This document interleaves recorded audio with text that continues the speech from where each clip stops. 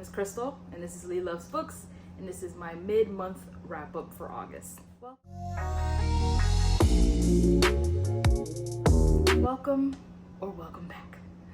So far I have read 9 books. 1, 2, 3, 4, 5, 6, 7, 8, 9. I've read 9 books so far for August. We're doing pretty good. My favorites of the month have to be Sinful Enforcer, Morrow, Blast from the Past, and The Dare. So 4 so far. Sinful Enforcer is book 6 in the Mafia Misfit series, and it's Black Mafia.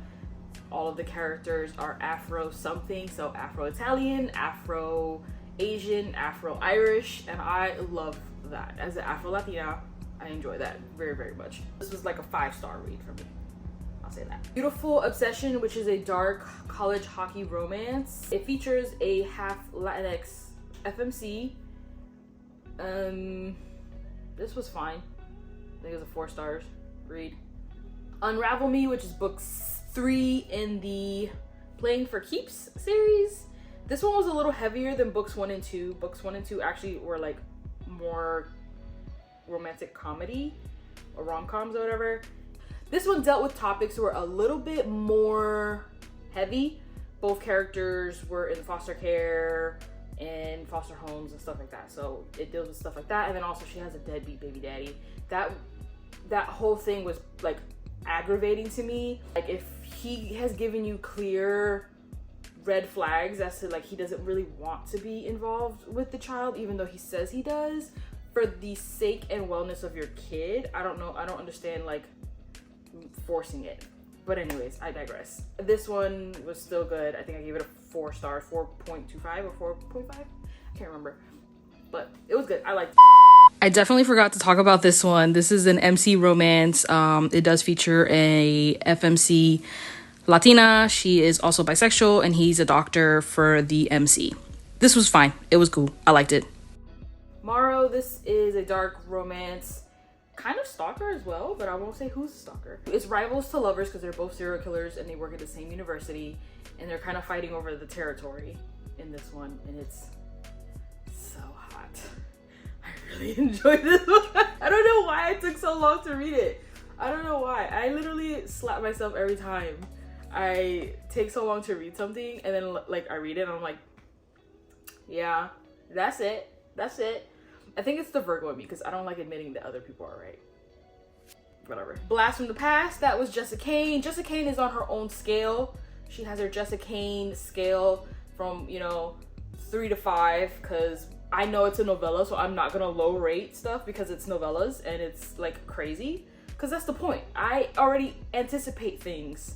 I'm already at like a level 100 with Jessica Kane as soon as I open the book, and then like maybe it goes down a little bit depending on what she does, because some of them she'll go like completely out of pocket, like wild, and the other ones are like, this is not as bad as her this is not as crazy as her other stuff. So this was a 5. I enjoyed it. He's from 1949 and she's from 2023.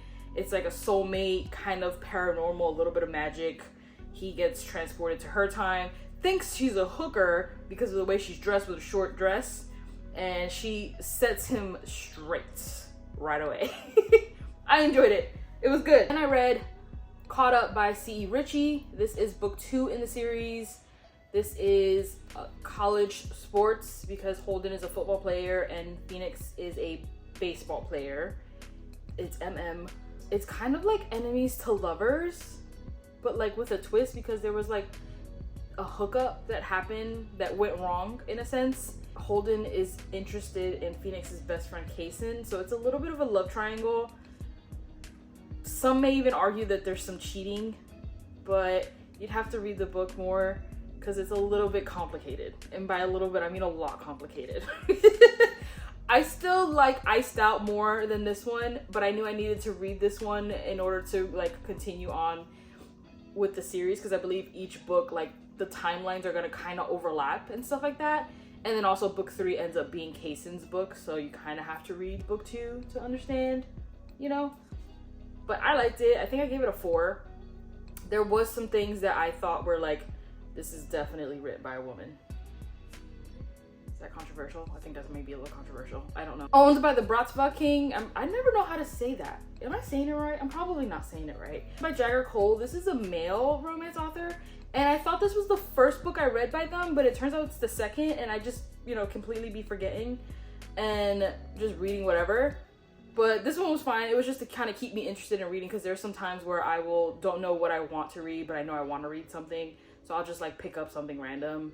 It's age gap. He is her best friend's dad. However, he wasn't always in her life for reasons, you know, trying to protect the daughter. It was okay.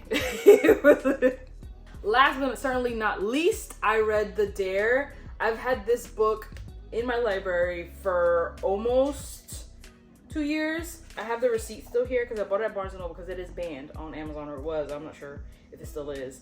And I bought this September 19th, 2021. So I did read it. It took me a little longer because it's a physical book, and I also tabbed and highlighted a bunch. And I have these like emoji sticker that I got from like PR packages, and I'm gonna probably buy more because they're on Etsy, and I'm obsessed with emojis. I love this. I'm getting ready to start reading the duet. I actually have the duet too, but I'm probably gonna end up reading it on my Kindle because I did also buy it on Kindle when it was on sale for Pride Month. So I did read this in, I want to say maybe about 3-4 hours, and again, another reason I'm kicking myself for taking so long with reading something that I know is probably going to be good. They're chunky. Look at this. Look at this. I have to put myself in the headspace to read chunks. But we're going to do it. We're going to read it in August, because August so far has been a really good reading month. We're halfway through. My birthday's next week. No bad books in August. If there is, we're just going to pretend it doesn't exist. No bad books. Thank you for watching. I hope you enjoyed this, and let's get back to reading.